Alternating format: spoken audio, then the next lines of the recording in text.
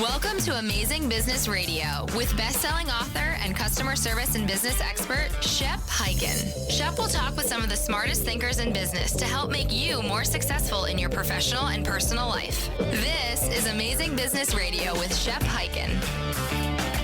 Hello, everybody. It's Shep Hyken back with another episode of Amazing Business Radio. Very excited. Today we have Jon Shanahan of Businessolver. He actually co-founded this company back in 1998. We're going to be talking about compensation, benefits, how his company attracts and retains the best people for his company, which is a benefits technology company. But more importantly, we're going to be talking about how this translates to every business. They have an executive summary of what they call the state of workplace empathy. They've been doing this for a number of years. So we're going to talk about empathy, leadership, and creating the great culture that gets and retains the best employees, because what happens on the inside of any company is felt on the outside. Before we get into the interview, a couple of quick announcements, and you know what they are if you've heard the show. And that is, if you've got a story or a question that you'd like to share or would like a question for me to answer,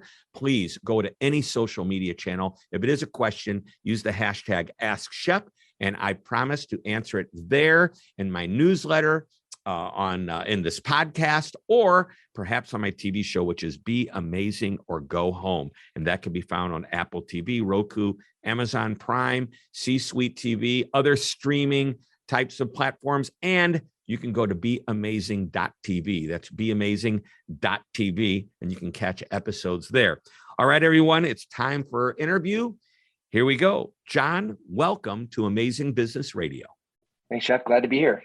Well, let's start off by talking briefly, if you can give us the one sentence overall defining statement about what Businessolver does, because it's important that they know where we're coming from. Awesome. I'll try and keep it to one sentence. I'm so proud of what we do. It's by the way, just so you know, your team does a beautiful job of summarizing in one sentence. So I'll give you 2 or 3. How's that?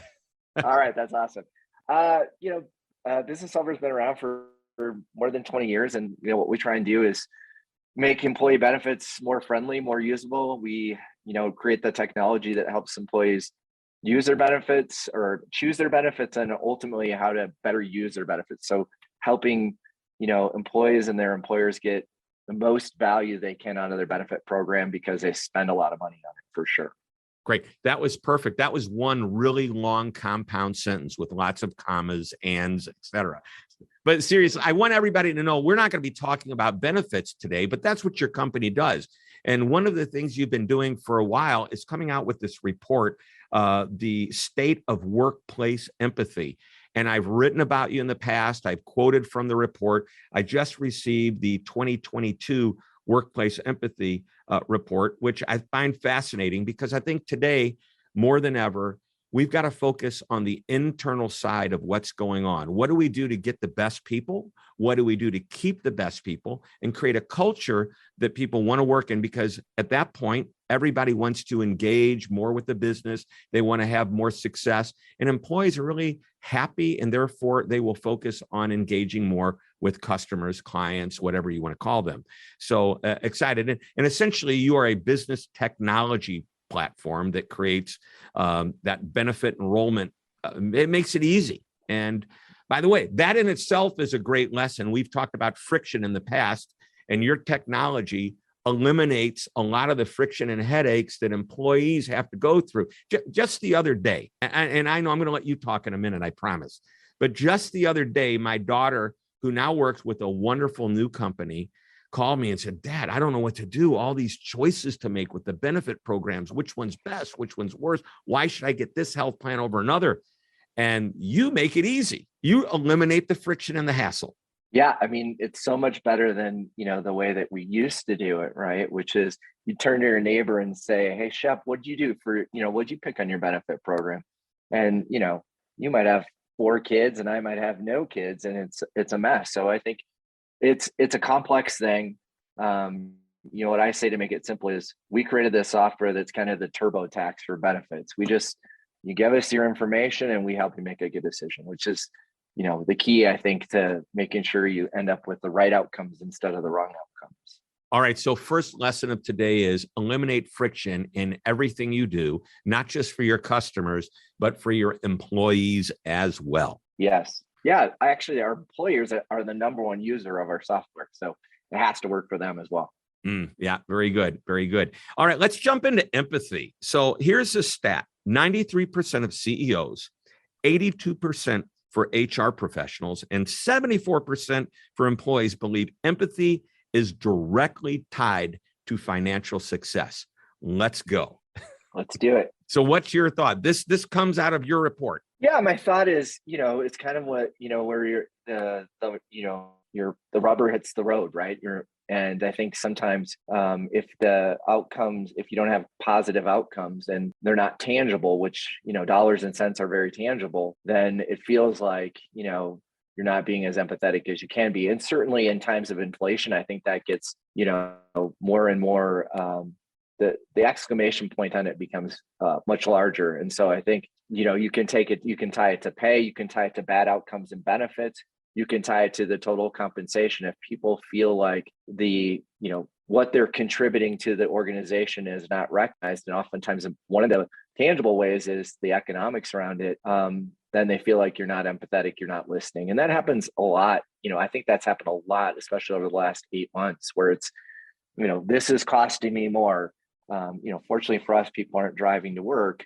They're working, remotely, but, I can see for a lot of employers, that would be a very tangible thing because you go to the gas pump and you feel it. And so I think that's how it can be tied oftentimes from a connection or disconnection directly to empathy. Yeah. So we're in some, we'll call it scary times, tough times, different times. And we obviously have the economy today. There's the employment issues that are happening.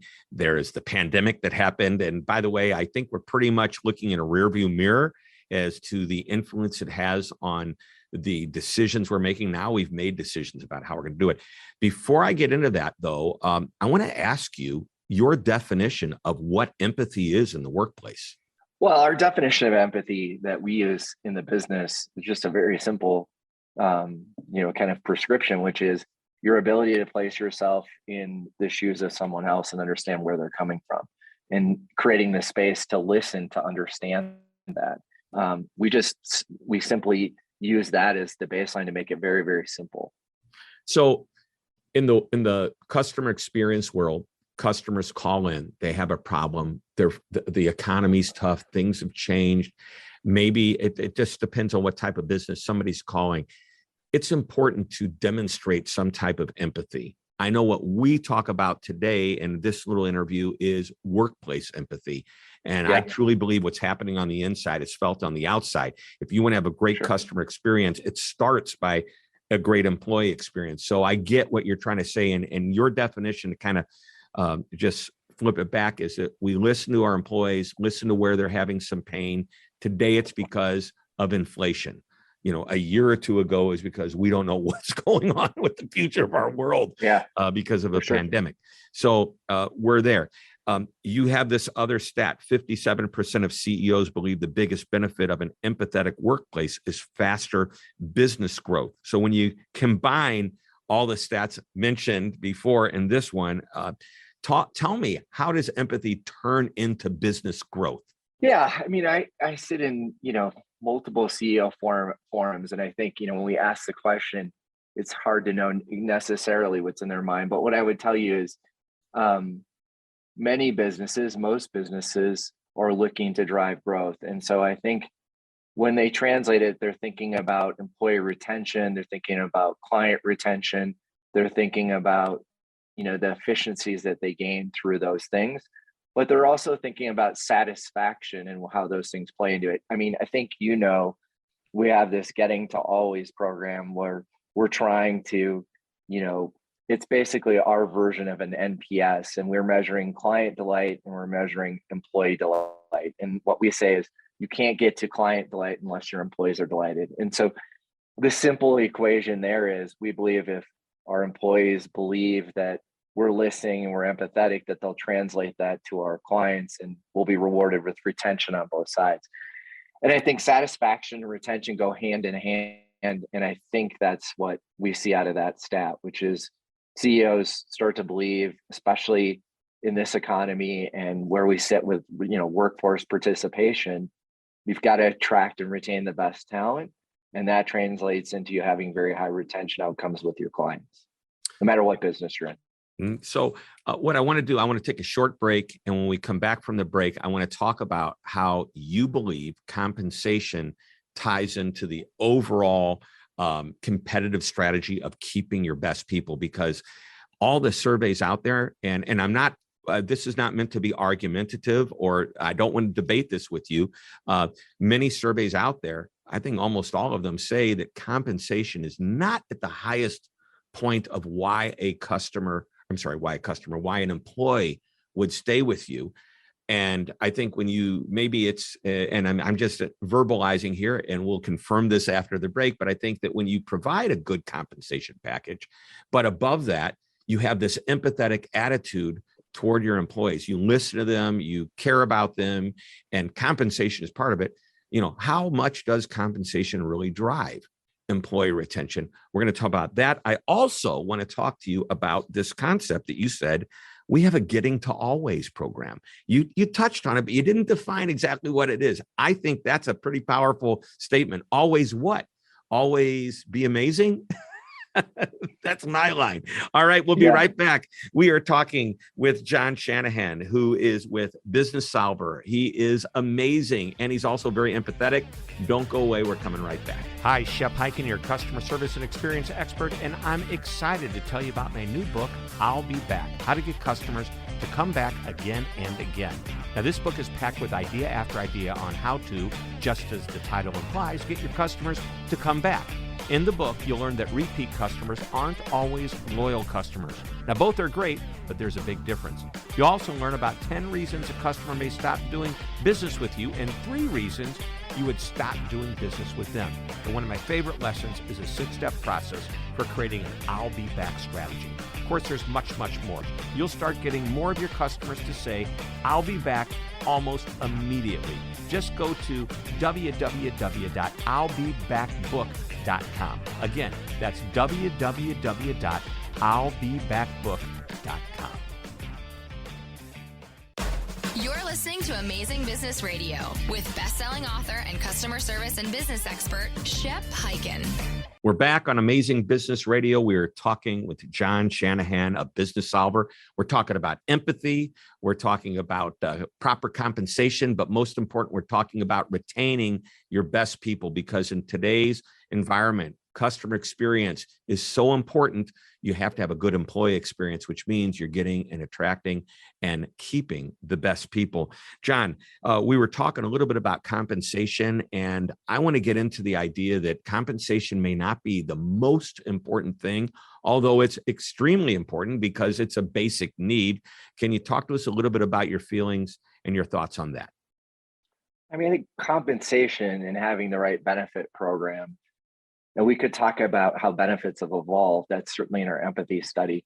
The definition of how people viewed benefits 5 years ago when we started this study versus now is way different. And the generational shifts in the workforce are massive. Don't leave us hanging. Give us a 30-second synopsis. When we first started the empathy study, what you would see is when we asked people, what are the most important benefits? You would see I have a good medical program that meets my needs. I have a good dental program. I have a good vision program. And now it's shifted to the most important thing to me is flexibility. And I have flexibility around the hours that I work. I have flexibility around where I work.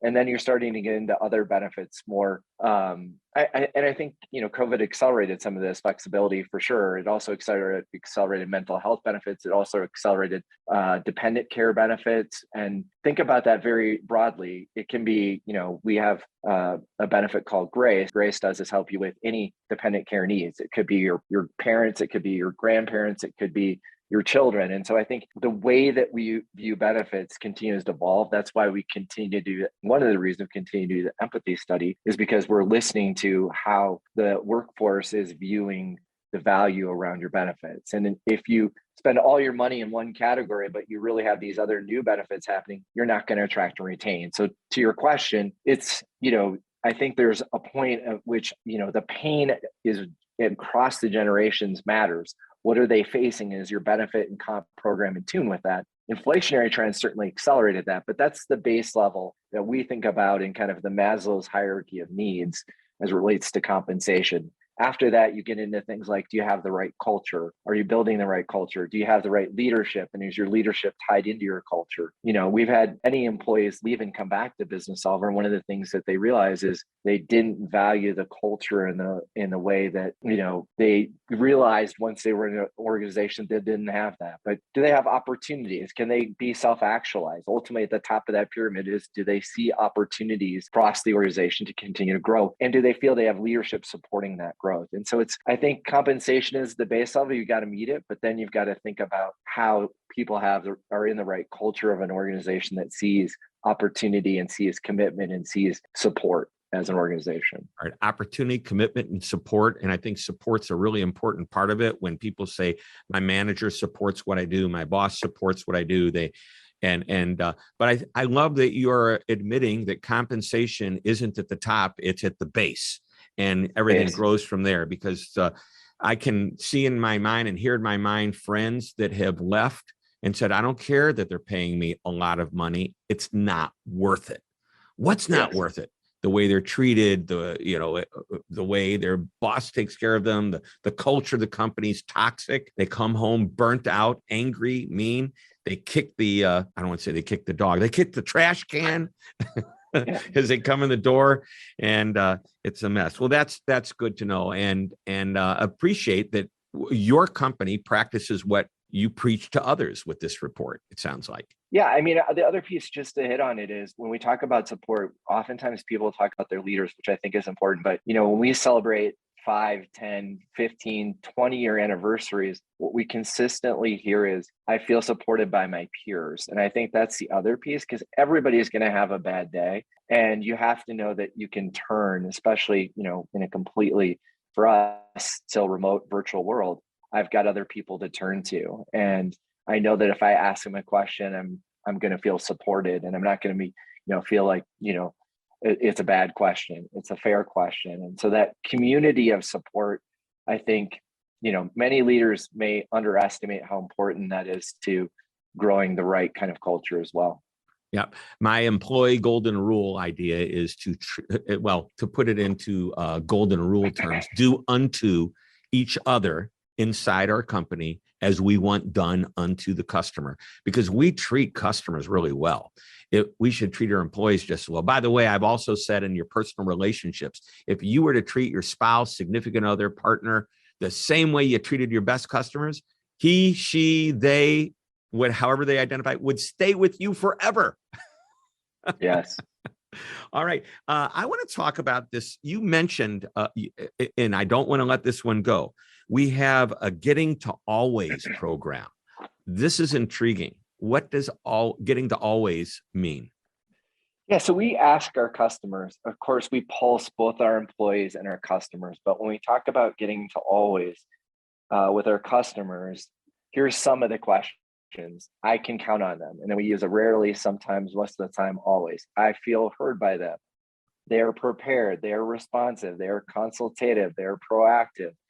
And we have about 5 more questions. But ultimately, this gets us to a scale of saying, how likely would you be to refer Businessolver? And this is, the way that we're talking to our customers on a consistent basis. We also ask them the pulse, but to use this in the back of their mind. And by pulse, they can go into our platform and select a color: blue, green, yellow, red. Obviously, blue is the best. And it means we're always. And so, that's what you really want, I think, in a relationship, both with employees and with customers, is I can count on you. You're going to be there. You'll always be there to support me. And it's a high standard. It's a high bar, but it's something that we thought made more sense than just asking on a scale 1 to 10, how likely are you to recommend this from an NPS perspective. So I love this. One of the concepts that I've been talking about, I think it's foundational. I've been talking about this for years and years, is that creating amazement is about consistency and predictability, but not about big things, about basics, about the general expectations.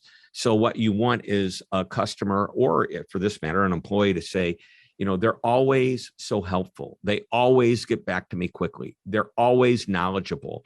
And that word always indicates a consistency. And if you look at what most people are happy with always receiving, if they're on that receiving end, is that it's what they expect anyway. It's not about over-the-top experiences. We're going to get that. And to put it into your world, let's say that all of a sudden my spouse gets very, very ill, and you've got this benefit that allows me to take care of her. And I'm thinking in my mind, oh, wow, even when there's a problem, I know they're always going to be there. That's an over-the-top type of example. But if everything else is just supposed to, it's like whenever I call HR, they always get back to me within the day. That's huge. How many times have we had a question and we go to HR? It's like Mission Impossible. I hear the music playing in my mind. Dun, dun, dun, dun, dun. And trying to get an answer on something. No, it's very, very true. I mean, I think that's the balance every organization has to, figure out. It doesn't matter, if you're McDonald's or your Businessolver, what we're always trying to manage is we've got to continue to innovate. But at the end of the day, especially in what I call an execution sport, when you need to use your benefits, they need to be there and they need to work. And that's a balance you have to play out. But you absolutely want to know that when you go to use your benefits, you're going to the pharmacy at 11 o'clock at night because your child is sick, they darn well better work, or there's going to be a big disruption and a big letdown. All right. So that's, I love the concept of always. Before I get off of this, if you can give me the top 5 always, whatever you need to have to make your employees happy. I recognize where I say always benefits, if that's it, but I want to know the top 5. If you look at Maslow's hierarchy of needs, okay, we know compensation is at the base. Yeah. Give me your top 5 always.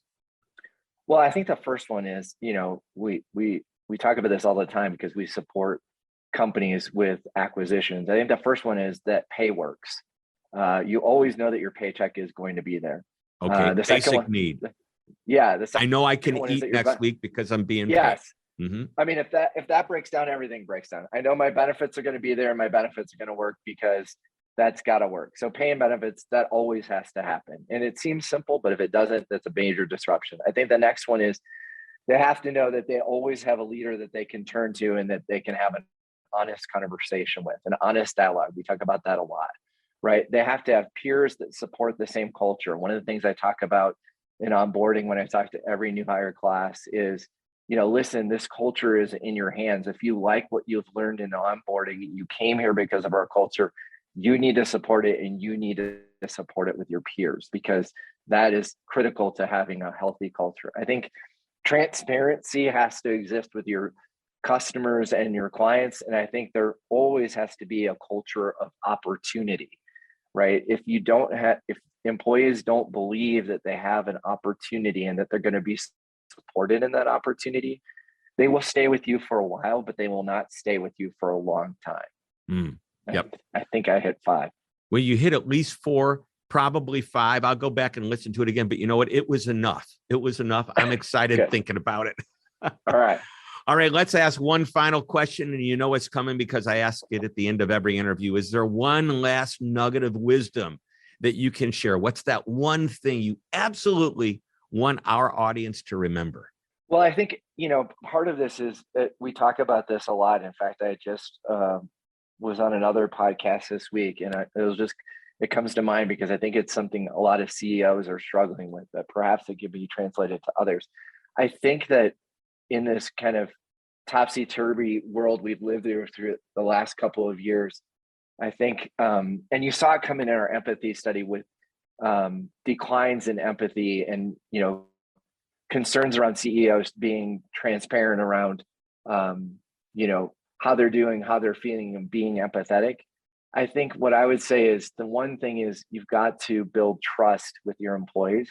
And part of that comes from being empathetic and showing that empathy and not being afraid to. I think there's this turn now by leadership, I'll expand it to leadership too. We've got to get back to work, and getting back to work means I'm going to go back to old ways. And you can insert it. The easiest one is, look at Apple this week. You got to go back to the office.